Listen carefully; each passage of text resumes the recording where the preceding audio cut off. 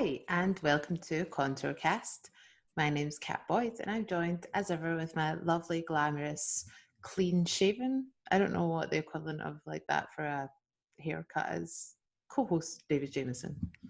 Thanks very much. Sheared, I think. That's how I felt. Yeah, sheared. After about 5 months of no haircut, I dashed out in the middle of the day to get it all just shaved off. It was such a relief. I mean, of course you're not clean-shaven. You've still got the sort of the Reich moustache. Yeah, I mean, it's excusable on the basis that it's very kind of World War I era. You know what I mean? It's kind of it's got a Prussian quality to it, I like to think. Yeah, okay. I think there I was would actually I remember once I was reporting from an SNP conference, and a delegate tweeted that awful David Jameson was here with a Hitler moustache.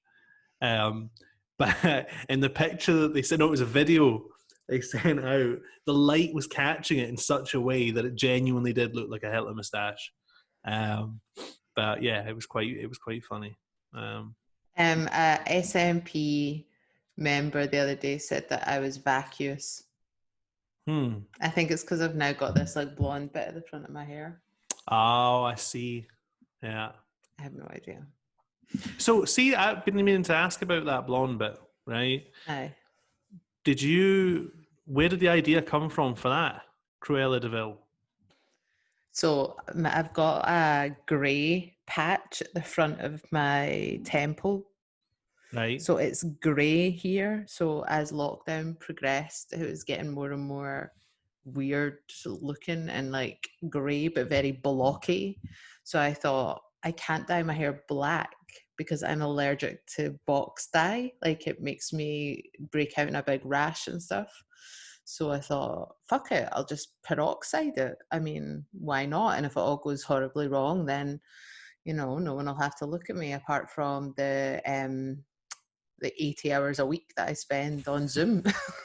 Yeah. So, yeah.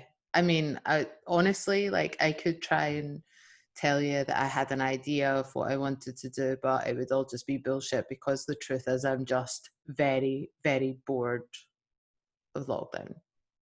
Yeah. Demoralized, I would say. Yeah. It's pretty grim. Like we were discussing before we started on the podcast. We can't even remember the things that we used to do. Because my life consists of one leisure activity, which is going out for a walk. You loved walking. And I love a walk. I walk compulsively, and it's even starting to bore me. Yeah. I mean, I would usually say, oh, I wish I could just like go out for dinner or go to the cinema. But to be honest, like you can go out for dinner now, can't you? You can go out for dinner. It's going to be annoying. You'd be you can annoyed go out for dinner. Time. Be served by someone in a fucking hazmat suit. Nothing says bon appetit like a face shield. Yeah. The cinema, do you know, I can watch stuff at home. I've actually been on a real movie binge at the moment, going through all the classic film noirs and lots of neo-noir as well. Mm-hmm. Very, very enjoyable. I keep meaning to write up everything that I've been watching. Recently rewatched Michael Mann's masterpiece, Heat. Have you seen that? I've seen it, yeah. It's great. Yeah. What a great film. It's good. Is that a first time watch? It's first time watch. Well, I've seen it like before, but about 10 years ago. Yeah. Famously, it's the first time De Niro and Al Pacino were on screen together, not in the same film together, but on screen together. I mean, it's also amazing. It's such a well put together, and I love Michael Mann's high camp style of directing. Like the kind of everything has that Miami Vice sort of feel to it. Yeah, and that meeting between Al Pacino and De Niro is famous because this is what Michael Mann's good at. It's sort of, he knows it's a historic cinema moment, and so there's a question over how you lead up to it, and he manages to make you anticipate it and build up to it without making that come across as like too meta. Do you know what I mean? Like I'm making a commentary on this Hollywood moment. but also famous for a great shootout scene. This is another one of these examples to reference back on ourselves in a previous pod where we talked about the Wire, you know, people saying the Wire should be cancelled because it humanizes cops, blah blah blah. Like, this is another one of those examples of where the entire time during that shootout I am rooting for the bad guys. So whilst it might be a film about like cops and robbers in the traditional sense, like, I need to see that because I am cheating on Val Kilmer. He is wild in that role, just like gunning down everything in sight. Yeah, you sometimes forget that Val Kilmer could be good in films. But Al Pacino's so much fun in that film as well. That's another great Al Pacino. The What's your favorite bit? Your Obviously favorite Al Pacino bit. The bit where he shouts. I mean, he shouts all his lines even when he's not supposed to be. That one about because she had a great ass. You know, he's just screaming at that guy. You know, the guy who says. You mean the bit where he comes in and he's like, "You can sit on my couch, you can drink out of my you can drink beer out of my fridge, but you can't watch my fucking television." No, and he's got the world's smallest TV. Yeah. It's like a 1990s portable telly, and he just like smashes it to the ground, and then like, not that scene. I love that. No, the one where a character has been betrayed by the woman that Val Kilmer is sleeping with. And he, at one point, he says, you know, why did I ever trust that so-and-so? And Al Pacino just springs to life and screams at him because she's got a great ass, like that. I don't remember that bit. I do not remember that bit. That bit might never have happened, and I've imagined that in my head. I've just coming up with all these great Al Pacino moments. Oh, I love when the girlfriend finds out about Robert De Niro and finds out that he's a criminal. I love that, and her like the internal conflict that she obviously has, and then he leaves her. You know the bit like if when she's left in the car outside the hotel. God, yeah. And it comes to that moment where the line that they've been saying throughout the whole film, like, when you feel the heat round the corner, you have to be able to leave in 30 seconds with nothing. And it pinnacles at that point, and he leaves her standing there, and that's when then there's the shootout at the airfield. Yeah. If anyone listening hasn't seen Heat, by the way, it's totally ruined. Yeah, it's ruined. But also, you don't have to watch it now because Al Pacino's talking about arses. That's ruined for you. You don't have to watch it now though, because me and David have basically just enacted it. Yeah. Who would you rather be, Al Pacino or Robert De Niro? I'd have to go for Al Pacino. Yeah, I'd go De Niro. Even though De Niro's obviously like. On a certain level, he's more kind of like handsome and suave, and that's, do you know what I mean? But Al Pacino's just so totally nuts.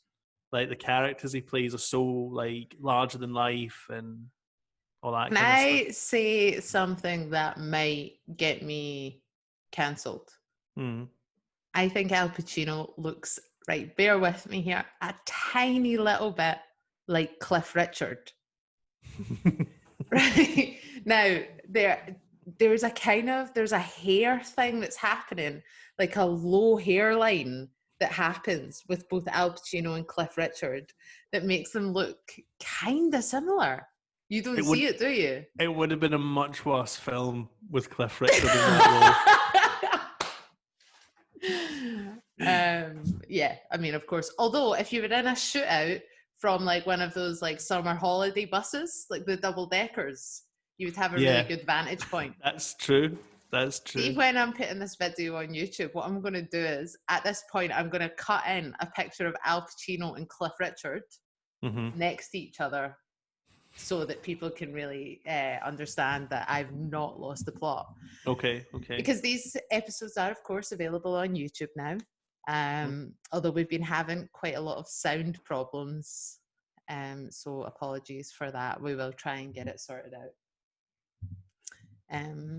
So, who have you been upsetting this week, David? Oh, as many people as I can get away with. Um, but yeah, I mean, I finally got fed up of Scottish politics. I mean, permanently. But I do feel that new levels of detachment from reality are being achieved in Scottish politics. I don't know if you read Adam Ramsey's article in the Guardian. Now, in many ways, it's pretty standard fare for Scottish political journalism. It's one of these articles that once again says, look at the massive contrast between not Nicola Sturgeon in the Scottish Parliament and Boris Johnson in Westminster. But the picture that it paints of the Scottish Parliament is totally had nothing to do with reality. And I don't just think that people are being are ignoring in order to service their argument or whatever. I think that this is part of a genuine ideological moment. There was that famous New York Times piece a few weeks ago, which basically makes this exact same argument. Look how much better the treatment of the COVID crisis has been in Scotland than in England. And yes, almost no relationship to reality in any of these pieces. That's a real moment, I think, in the development of national consciousness. I suspect the pandemic is going to become a moment in the development of Scottish national consciousness. But as always with those kind of things, it's like it's mixing in good and bad. It's mixing in some quite complacent attitudes along with some quite sound ones. I mean, obviously, absolutely correct that the UK-wide response has been a complete disaster, among the worst in the world. And had Trump and Bolsonaro not been in charge of Brazil and the United States, it would have been the worst. You know, had it honestly not been for a couple of people who are total flakes. But the beautification of the Scottish government's role is totally ridiculous. And the Russia stuff, likewise grim. I think in a lot of ways, like a few years ago when people first started saying that Russia had been this major force in the Scottish independence referendum, something for which there's still no evidence, by the way. So the background to this obviously is last week the report was finally released by the Commons Intelligence and Security Committee. And basically it's evidence that there was involvement by Russia in the Scottish independence referendum amounts to the fact that some newspaper articles had been written claiming this, which is remarkably similar, as it happens, to the evidence that led us into the war in Iraq. So the evidence of WMD in Iraq came from, what is it they call it, credible open source material or something like that, which means information that's out there on the internet that anyone can access. So anything, a newspaper article, a PhD, a master's thesis, on these things, you know, intelligence, the British intelligence apparently can base their decisions. So that's the sole claim. That some articles have been written claiming that Russia was involved in the 2014 independence referendum. This only became a big idea, of course, after the US election. That's when people started to make this claim about Scotland, because it became the go-to explanation for why there was so much disruption in Western politics. I think that that's what it reeks of to me, is that there's a desperation, and I see this argument put forward by people who would be traditionally centrists as a way for them to understand what is happening in politics. Like, why is Trump being elected? Why is Boris Johnson prime minister? Like, they're desperately searching for reasons which fit into their centrist worldview, and they need a bogeyman to do it. And Vladimir Putin is a perfect one. Yeah, he's perfect for them. And but the strange thing is that I think there would have been more defenders of the 2014 referendum even a couple of years ago. But I'm talking about among power adjacent layers in society, media, politicians, more people like that would have said, you're just trying to tarnish the memory of that movement, which is a very important moment in the development of modern democratic politics in Scotland, obviously. Couple of years later, there's much less resistance from people who are kind of like liberal nationalists, people who are more closely attached to the SNP leadership, the kind of world of media and commentators around them and so on. There's a broader acceptance that this is real. And what's happened in between, of course, is Brexit and stuff like that. And so Stuart Hosey, the SNP MP, was the person who actually announced the findings of the Commons Committee. And he started by conceding that Russia had interfered in the 2014 Scottish independence referendum. And then he tried to use that to say, given that this goes back to 2014, why weren't you prepared for the Brexit referendum in 2016? So there's a clear dynamic there where he's saying, I will trade away to prove to you that I'm a sincere actor on the Brexit question. I'm not just in this for partisan reasons. I'll give you the 2014 referendum, and then we have to look at the 2016 European referendum, which is, it's stupid on a number of levels. One is that if you're a nationalist MP, your priority really ought to be the independence movement in Scotland and the demand for Scottish independence that you've just undermined. But also because that's not how power works. That's not how smears work. If the UK government needs to defend now, because of Boris Johnson, has to defend Brexit as a legitimate process to legitimate the UK government, they will do that. They're not weak like these SNP MPs. They won't just say, okay, I'll give you the Brexit referendum. There was interference in that, so long as you don't come after my government on that basis. That's not the way powerful people work. They'll just tell you to do one, right? Yeah. We've already seen an example, like Boris Johnson's government, right, for, everything that's been going wrong with it recently, is still able to hold ground. We can see that with something like the Dominic Cummings scandal. He was just going to double down, because really the opposition is now a complete joke. Mm-hmm. I don't know, I haven't checked the polls recently, but Labour was still 20 points behind the last time I looked. So they can if they can ride out anything, they can ride out Brexit, they can ride out Cummings, they can ride out all of the deaths that are being caused by bad decisions. Yeah, what makes you think that anyone in the country gives a shit about this nonsense you've made up about Russia? The idea that that's going to land a glove on the UK government, whose polling position is improving with the lifting of lockdown. But also, the idea as well that the Labour Party or the SNP can move this on to a discussion of Tory donors. Because of this idea that London has become like this laundromat for oligarch money and all this kind of stuff. Again, that's not how power works. The last people who are going to be victimized in this country are Tory donors, right? Independent supporters get it in the neck for being Russian bots, right?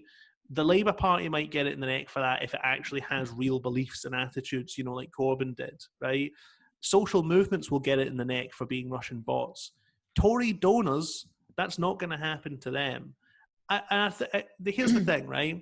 In that report, that Commons report, the only things that were mentioned as incidences of Russian involvement were 2014 independence referendum, the Trump election in the US, the 2016 European referendum, and the 2019 general election, only for the reason, of course, that it finally killed off any attitude about resisting Brexit, right? So clearly, the whole idea of Russian intrusion into British politics is only applied to the bits where things didn't work out, basically, for the ruling class. And people forget how widespread this is. Angela Merkel accused the German school strike movements of being a front for Putin's Russia, right? So even, what's her name? The leader of that movement. Greta Thunberg. See, everyone's forgotten Greta already, man. Coronavirus really, if it finished anything, it finished that. Yeah, kind of wonder how she's gonna.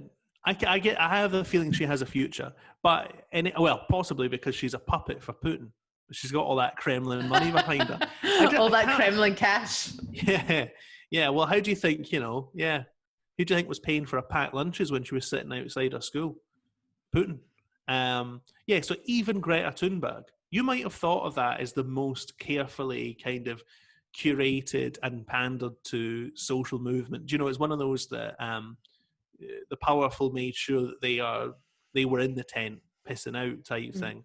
Even that, even something as marginally disruptive as that movement, was blamed by that supposed liberal, enlightened technocrat Angela Merkel of being a Russian agent, and almost no movement in the Western world has gone without that accusation for about the last 5 years, 4 or 5 years.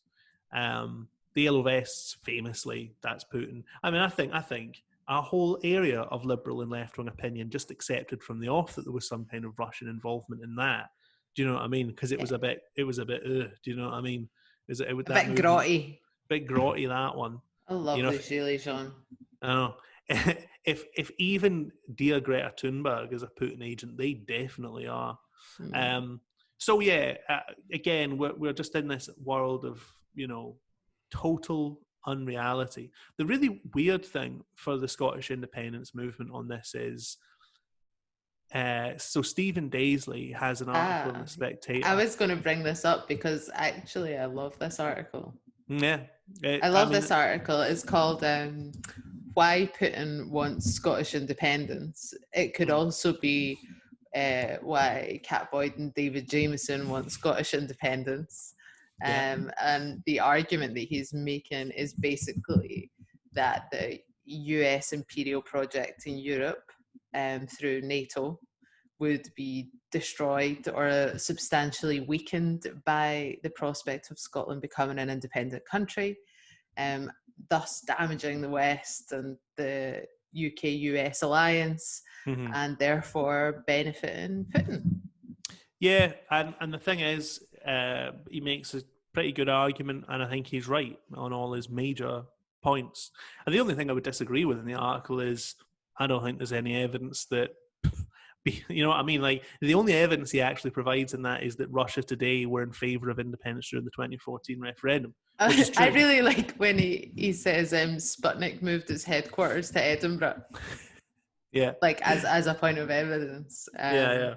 I mean, but I actually suspect that is why they decided to do that, because their attitude was, we'll get more fertile, responses in Scotland because of the independence movement, because there's a whole area of Scottish political life who feel like the media has totally failed them and who are interested in a project which would be very disruptive to the British state. But, like, here's the thing. He's right. I think, on balance, Putin would want Scottish independence. My attitude to that is, who cares? That's not an argument against Scottish independence. No, of course it's not. But I think it's like, it shows this weird new development within Scottish politics that we've talked about before, which is not so much that,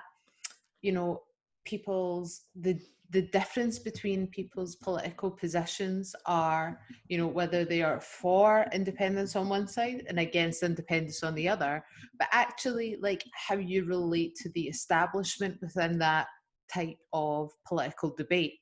So when Stephen Daisley talks about Putin wants Scottish independence because of Trident or because of the damage it might do to NATO, on the other side of the pro-independence flip side to that argument is no. What you don't understand, Mr. Daisley, is that actually Scotland could still be a member of NATO. Do you know what I mean? So actually, you have a Stephen Daisley type character, and there are a few out there, and we know who they are, they know who they are, who would be quite happy for Scotland to remain in NATO and to continue to, have Vladimir Putin as the bogeyman to fight against or to define ourselves against. I mean, whereas, that's just not the type of independence that I'm interested in. Like, I don't want to be part of NATO. Like, I don't know, does that put me like on Putin's side? Does that put me in the pay of the Kremlin? I don't think so, but this is actually beginning to show the fault lines in the debate within the Scottish independence movement. I don't see how Scottish independence can be attached to the NATO project. But this is what is going to end up happening, is that these types of arguments that are put forward by Daisley are going to be addressed by the SNP kind of establishment, and it's going to be, oh well, we don't have anything to worry about in terms of like NATO or the UK's military power, because we'll still work as partners, we'll still work through NATO, blah blah blah. Yeah, I mean, that manoeuvre solves the problem of Daisley as far as they see it, though it doesn't really. I mean, it's weak on two fronts. It doesn't really. Putin would still prefer Scotland in NATO and in the European Union, and using the UK's currency, but but formally outside of the union. He'd still prefer that to the status quo. There's actually no way. If you're a pro-establishment Scottish independence supporter, your politics are incoherent. I mean, they don't actually make a great deal of sense, and people like Stephen Daisley are still going to be able to pick holes in you. But so the trade-off is stupid for that reason, but it's even more stupid because if if you try to deeply integrate Scotland into the world system, into the Washington consensus, and so on, as your path out of the formal union with the rest of the United Kingdom, you're just going to create an area of traditional independence support who are like confused. Why are we doing this? What is this for? Like, the currency stuff is a real disaster. I mean, I think it's ridiculous that for some people still argue that didn't hurt us in 2014, that we didn't have a serious answer on the currency. I mean, if we went into a future referendum with the current proposed currency position, they'd rip chunks out of us. Do you know what I mean? They'd ask us questions that can't be answered. What will you do when the next inevitable financial calamity emerges? What will you do? You won't have monetary policy. You won't be able to protect yourself. And I'm afraid to say that's going to be a valid argument. And it's going to create real problems in the independence movement, because if someone asks someone like us, or just anyone who has a sound understanding of how the modern economy has functioned in the last 20 years, says to me, oh, but if we become independent and we don't have our own currency and our own central bank, and then an economic crisis comes along, we're going to be flattened, right? I'd just have to say, yes, that is true. But here's what I think the currency should be. I mean, you know what I mean? The former leadership of the independence movement is threatening to riven our movement with impossible contradictory policy positions in order to appease the only people they ever talk to. The only people they ever talk to are think tankers in Washington and London and Edinburgh, and politicians in those countries, and politicians in Brussels, and economists in these various capitals who are telling them that in the real world of big grown-up politics, making sure you're friends with London and Brussels and Washington is really where it's at. And do you know what I mean? And anyone who tells you otherwise is just sort of living in a dangerous fantasy or whatever. The problem is that doesn't work in democratic politics, in a mass democratic event, which is what national independence would need to be. So all of this work of appeasement, basically, of powerful interests in the global order, is just constant damage and undermining of the independence cause.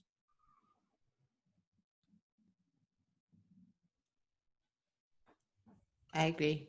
What? I was just checking what else is on our docket today. There's the Starmer situation. Yeah, there's the Starmer situation. I mean, that is so depressing. Yeah. I donated to Jeremy Corbyn's fundraiser last night. Oh yeah, I saw someone tweeting that saying, "Oh no, there's an article, I think in the Times. I'd need to check, There's an article in a newspaper, in a major newspaper, saying that Jeremy Corbyn needs to give all that money back because some of the people who have donated have been rude on social media. Wow, that is exciting. That's It's exciting. great, isn't it? Imagine like every fundraiser. Imagine that Alex Salmond fundraiser. Woo, Oh, and people had to give back. anyone who's rude on Twitter has to give the money back. Anyone who's ever gone into Tesco but then been a bad person, Tesco has to give them their money back and say, "I'm sorry, I can't take this. We can't have bad customers at Tesco." Also, I'm getting ahead of myself here, right? But this is genuinely shocking, right? Do you know that grime artist Wiley? No. So he's one of the kind of sort of godfather figures of the grime movement, and he has sort of gone mad. I was trying to think of a diplomatic way to say this, and is engaged in what looks like a 24-hour non-stop Twitter stream of weird, garbled, anti-Semitic guff, right? Like really bad shit, really bad, and it's just a torrent. And there are people saying, why is Twitter allowing this to happen? Really bad stuff. I mean, that kind of stuff of he's coming from the angle of Jewish people control the music industry, hold down black people, exploit black people, etc., etc. So it's a full-on rage and just totally irrational. And people have started. The UK government's advisor on anti-Semitism has tweeted Jeremy Corbyn, telling Jeremy Corbyn that he must silence Wiley. What? I'm not joking. So that's the UK government's advisor, right? I just honestly, David, poor Jezza. What did he try to do? He just tried to get like a sound housing policy in the UK or something. A few years hence, the UK government advisor on anti-Semitism is ordering him to silence a rapper who has become an anti-Semite. It's so bizarre, man. Yeah, it really depresses me, man. I think it depresses me partly because Jeremy Corbyn, right, for all his, do you know what I mean, issues around the Scottish independence and Labour and blah blah blah, he's a good man, right? Like he's clearly had like a very principled career standing up for what he believes in, around like the Iraq War and other what would essentially have been for a long time very unpopular issues like nuclear disarmament. Mm-hmm. Like, see, when we were talking about that in Rick and like talking about like that during the lead up to 2014, people still saw like anti-Trident stuff as real fringe issues for, people who look like Jeremy Corbyn. Do you know what I mean? And then suddenly it's catapulted into the mainstream. So I feel like it's sad to watch a man who's had such a career and like I say just have that crushed into you're an anti-Semite. That's just very tragic, Yeah, but I said from the start of this whole campaign against Corbyn that the thing that really I find really chilling, really creepy about it is this is probably the first time in my life when it would be silly to say that this is like the most brutal thing I've ever seen. I mean, I've seen we watched the Iraq War and stuff, right? But there was something about this and Islamophobia, the whole state-backed development of that, of a new racism, right? That was pretty creepy. But this is so totally irrational and obviously cynical. Like it's an obviously cynical operation. And most of the participants in it don't think that what they're saying is true.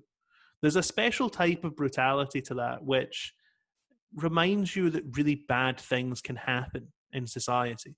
A society that whose leadership is prepared to degenerate into that kind of activity is a society that actually has quite a tenuous relationship with democracy.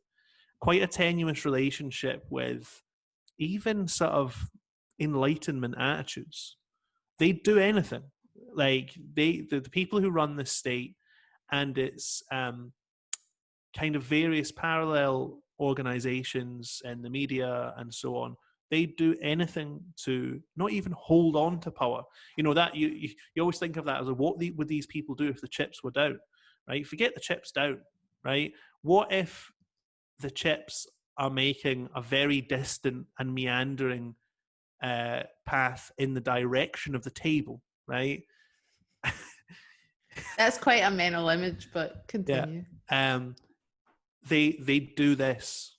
They'd completely explode traditions and sort of decent public conduct on any kind of level, and rant and rave in the most deranged and frightening sort of way, and brutally punish anyone who dared to disrupt the political system, even slightly, even a little, brutally punish. And they're trying to send a message to people. They're trying to say to people, we will ruin your life if you try to talk about, you know, reforming British capitalism in some moderate way. We will ruin your life. Yeah, I mean, this is why I tweeted that thing about cancel culture, which is another hot topic at the moment, saying, well, of course, cancel culture is real, because that's what happened to Jeremy Corbyn.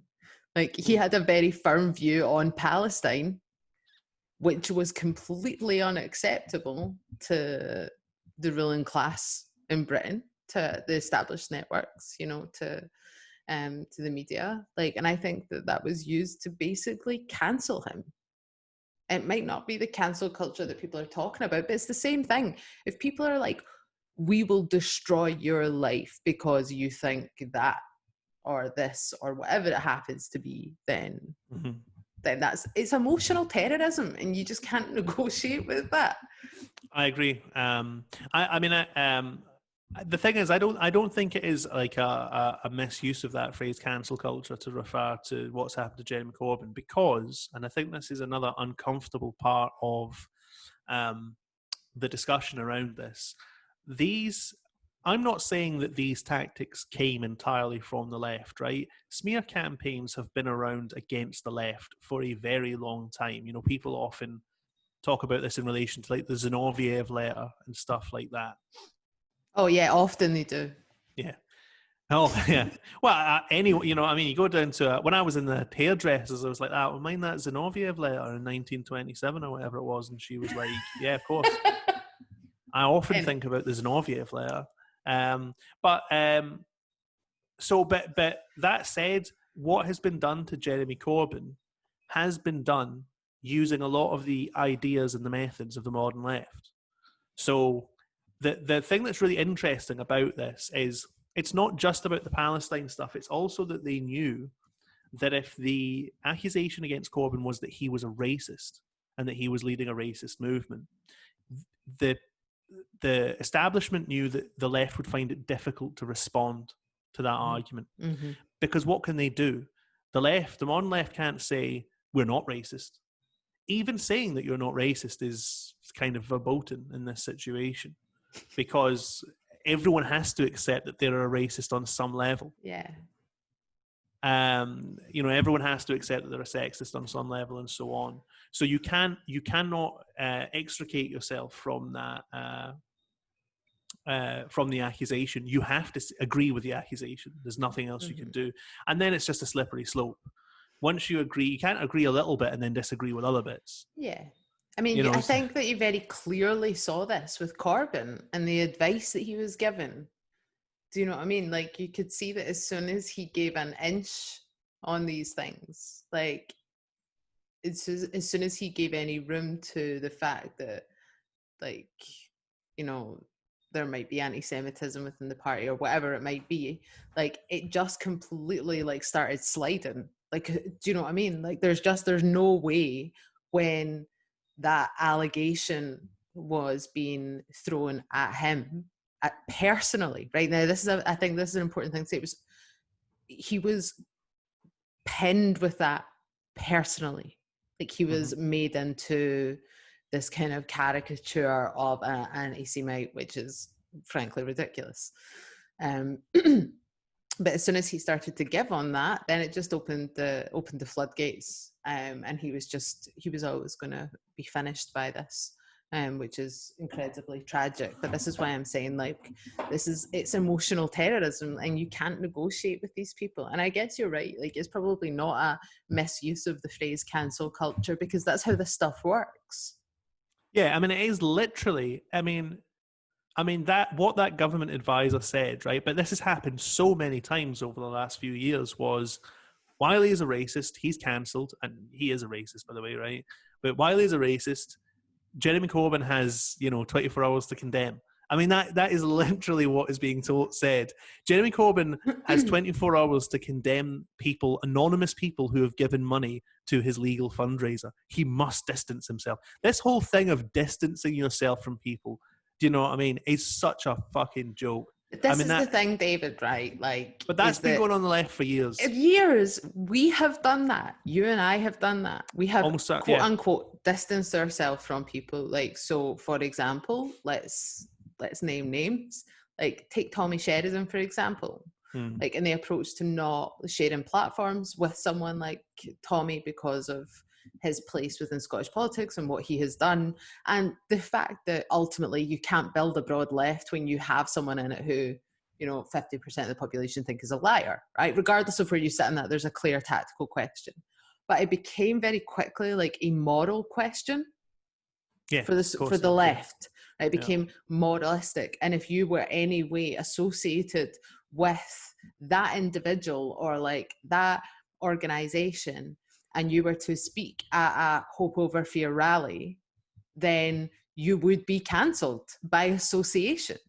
Now, I was involved in those discussions, and I'm not now giving it a big kind of mea culpa, but I do think that it's the wrong tactics now. And I can Obviously. like step back and see that picture as a whole. I just don't think I don't think that's an appropriate way to deal with difference, or people's the things that people have done that are wrong. Like, Yeah. I just don't, because as soon as we start to introduce those like moral like kind of bars or moral hurdles that people have to clear, then you end up setting up a lot of bad faith arguments. And I'm so fed up of bad faith arguments on the left that if you have a political disagreement with someone, you can't call out their political disagreement. I see it all the time. People who politically disagree with you, politically disagree with me. What they say, instead of actually trying to challenge the politics or have a proper good faith argument, is they say, well, you're not doing enough about X, or you're not doing enough about Y. And that's bad faith, and it's partly Yeah. our fault. I agree, because we've indulged that culture, and you're totally right. I mean, that is a good example. The actual consequence of no platforming Tommy Sheridan is that he's on a lot bigger platforms than anyone else on the left. It's ludicrous. It doesn't work on its own terms. What people who want that sort of practice to be enshrined, what they really, really want to happen is for you to break the picket line around the anathematized individual. They want to anathematize someone, make someone the kind of the put a cordon sanitaire around someone and then say, don't you dare go through that cordon, right? They then want you to break the cordon because you're trying to do something constructive politically, not because you fucking love Tommy Sheridan or whatever, because you're trying to politically intervene into the national affairs of the country, right? They then want you to break the cordon that they've constructed so that they can wag a finger at you and say, oh, you're bad too. You know what I mean? And I'm going to build a cordon around you now, right? That's I don't want it. And this is the thing, is like, who wants a cordon built around them? Like, I don't want to go on Twitter and all my mentions to be like, you're a arsehole, or you like rehabilitate misogynists, or I don't want that, right? But what I do want to do is talk to people about politics. Yeah, I know. You know what I mean? know. Like, and if that's the then, and I also want to be able to, like, for people who are better at talking about politics than me to be able to do that as well. Do you know what I mean? Like, I think if we start to draw up these lists of, again, to go back to a previous podcast theme for us, of goodies and baddies who's acceptable and who's not acceptable, then we are like we are trapping ourselves. That is a trap. It's a trap for the left, particularly. You know, we're building a rod for our own back. People who engage in that kind of thing, and by the way, it's much worse in some other countries even than it is here. Like there are some, I mean, in the US, I mean, you may have seen that Adolf Reed was banned from a DSA branch. Yeah. I mean, listen, like a black anti-racist Marxist was deplatformed by the Democratic Socialist of America branch in, I want to say, New York. I think it might have been New York, yeah. I mean, that to me is like through the looking glass stuff. Yeah, but the people who do that sort of thing, and I think this is important, they don't do anything else, right? They're not really political and they're not really interested in politics. It's a sub-political activity, which is why they don't care about constructing all those cordons and the disruptive impact that might have on trying to build a mass politics. They're not very interested in politics, ultimately. They're interested in positioning themselves as the kind of the sort of moral janitors of the left.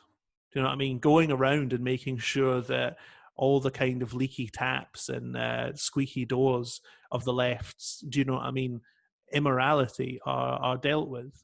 It's an unreal view of the world. Like, just so people know this, in every single moment of progress in human society, whether it was the French Revolution or the creation of the welfare state or the conquest of the vote by women, and so on and so on and so on, the people who did those things were bad people. Like, those movements were made up of people with You're moral doing blemishes. scare quotes here. I'm doing scare quotes. They were bad people.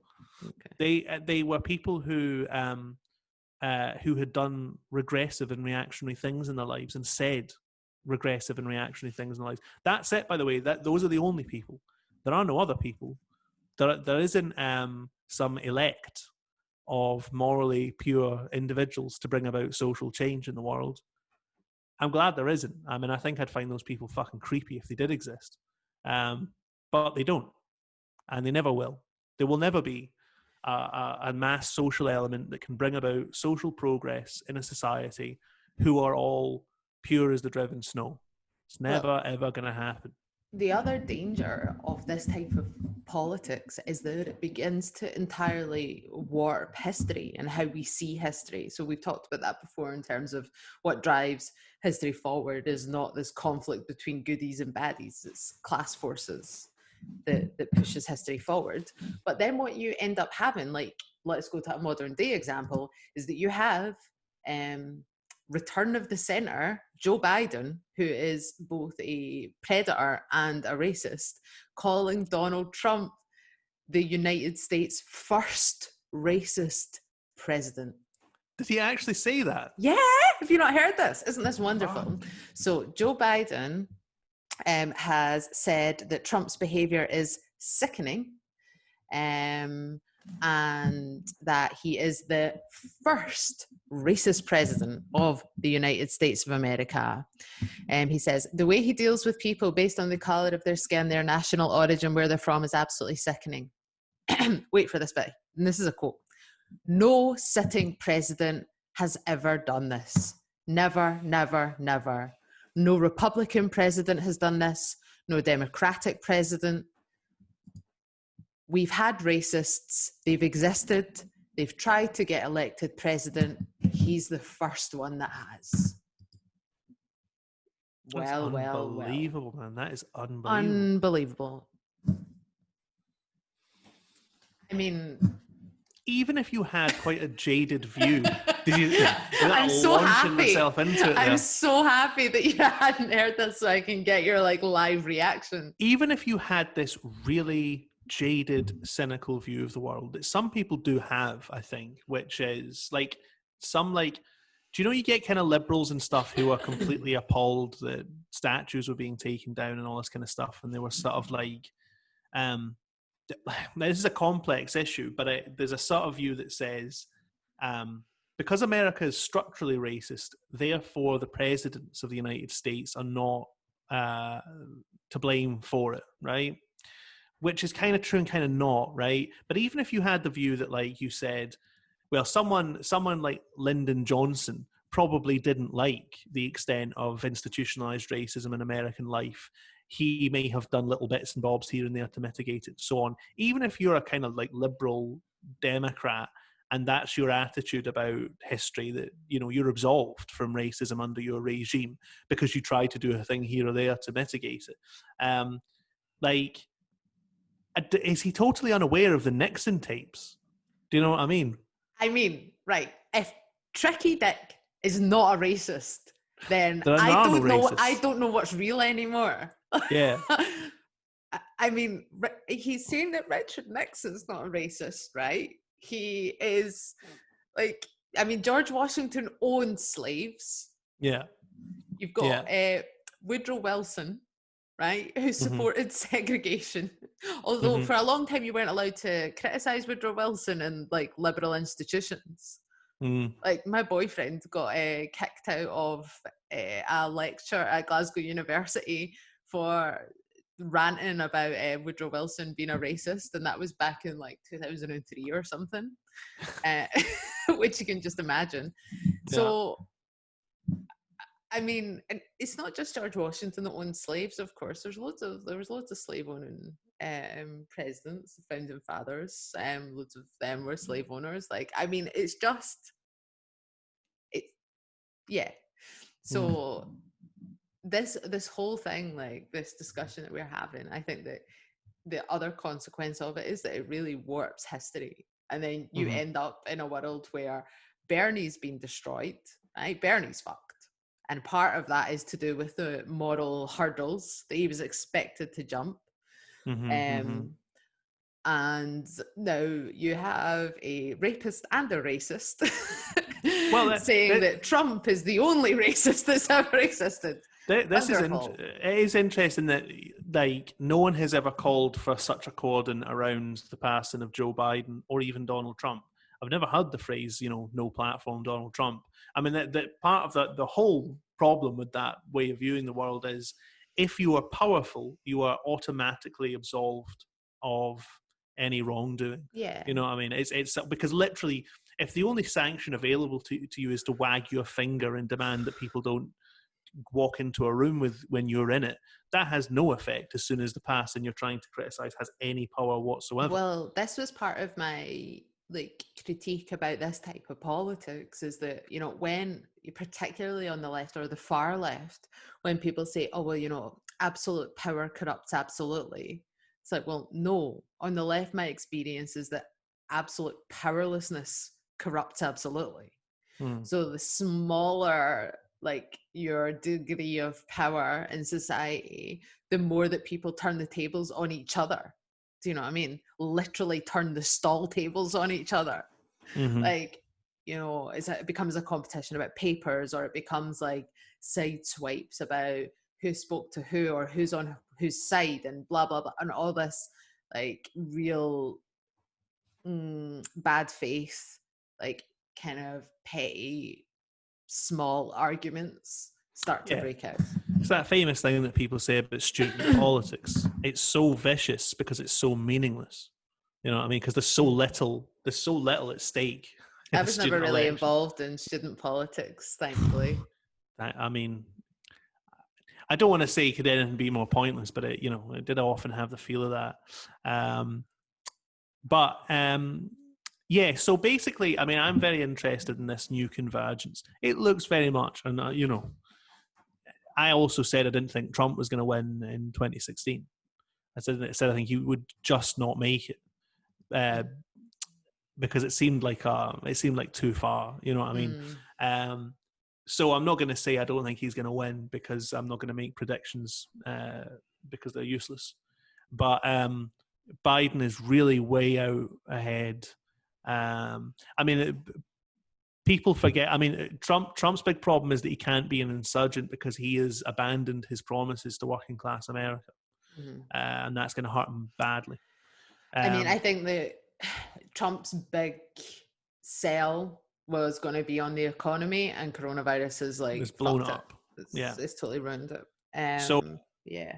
but let's. I mean, I think that already now there is an attitude developing in Western politics with a real area of truth in it that the centre left, so-called centre left, is going to return. It's going to have a mild renaissance. I mean, certainly all of the further left or populist left challenges, Syriza, Barney, Corbyn, Podemos, have all basically ended in failure. Podemos is they at least made it into government, but to what end?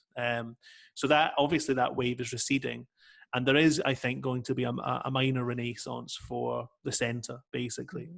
And I also think that the populist right and the far right are in trouble.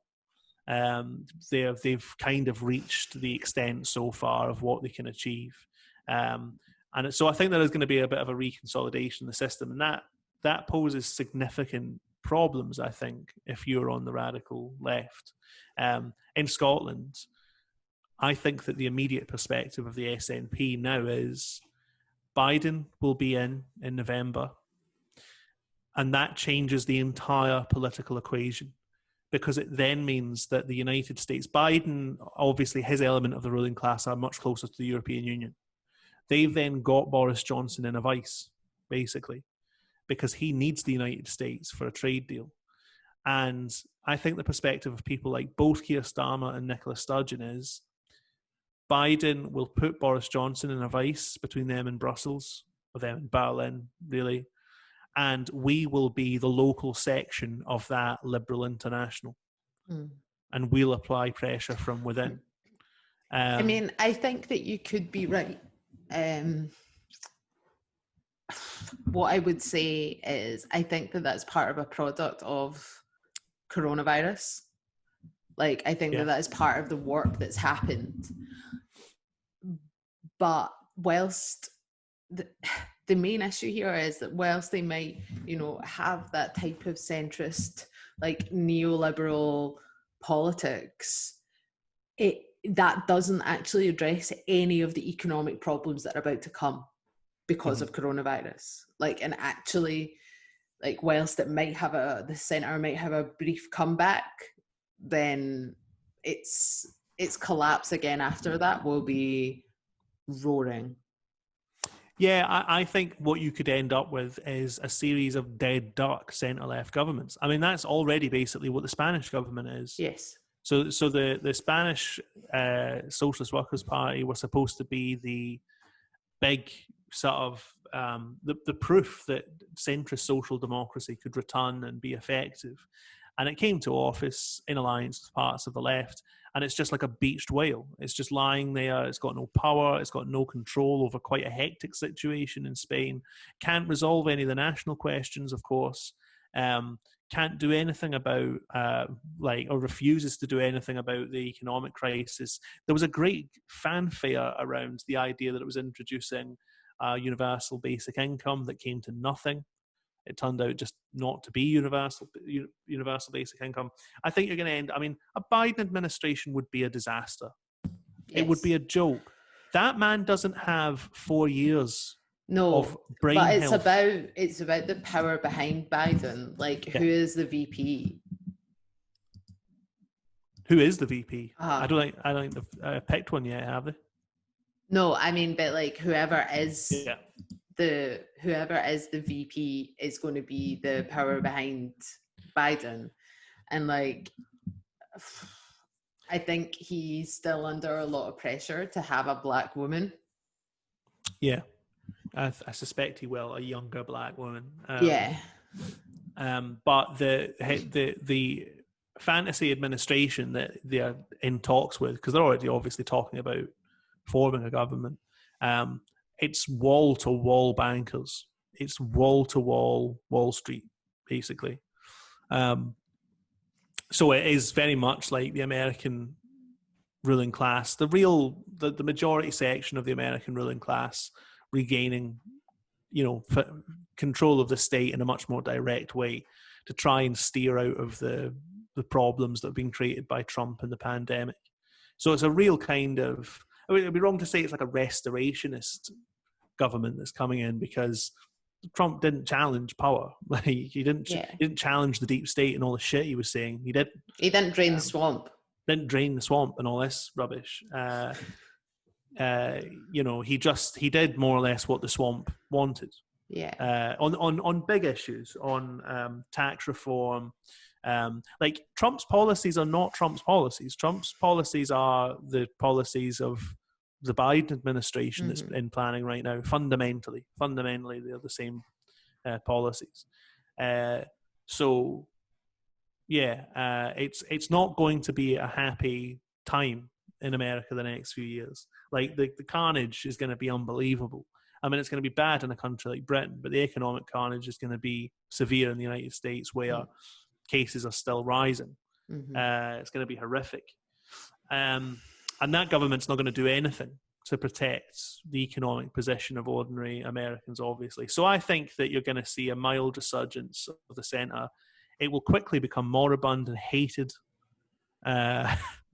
thus recreating, perhaps, the same kinds of energies that have disrupted the global system in the last few years. But in a more like ferocious and hot fashion, I think. Yeah, and I'm dreading that this aspect of the next few years in this sense. I think that we're going to see a resurgence of a generally kind of economically and socially liberal hegemony. They're going to try and, like, neoliberalism is going to try and reassert control, which is dwindling because of deep set changes in the global system. And I think it's going to generate even more cultural turmoil. Do you know what I mean? Like these sort of strange, phony wars that keep emerging. Like, I think that attempts by the ruling elite to exalt that liberal world order again will cause all kinds of confused angers and hatred to proliferate, basically. Do you know what I mean? These kind of conspiratorial attitudes about what the problems in society are and so forth are going to get worse because of that process. Incidentally, I watched, there's a BBC documentary about the 5G conspiracy theories. I started watching it, but it didn't really. So boring, isn't it? I didn't find it interesting at all. Well, I only raise it because it kind of confirms the arguments that we've made before, in terms of they never once asked why this was happening. Their answer to why conspiracy theories are spreading is because of the internet. Is it basically? Right. There's no attempt to ask social questions. No. About why they've become popular and so on. I mean, that's a really nice grim note to end on. Yeah. Yeah. Good job.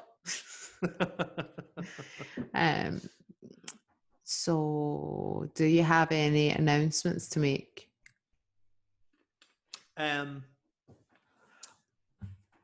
Obviously, Conta is still fundraising. There will be presumably more. You'll be hearing more about that. We're obviously looking for funds to expand our operations. Who knows, even clear up the audio in these podcasts. What else? What else do we need to announce? I think just fundraising. Yeah. Really. Yeah. We need to fix the website, the Contour website, which is good at the moment, but could be better. Yeah. Yeah. So if you have enjoyed like any of the Contour lectures or articles or pods, you can make a one-off donation at contour.co.uk. Or if you want to set up a subscription, then you can do that too at the website as well. Yeah, and please do. And if you haven't enjoyed any of the content, please do send in your hate mail so I can read it on this podcast. I will be honest, like, David, I know that you love reading hate mail. I know you enjoy it. Yeah. It's a lot of fun. It's almost as welcome as a donation. Send both. Send a donation and hate mail, because both are valuable and gratefully received.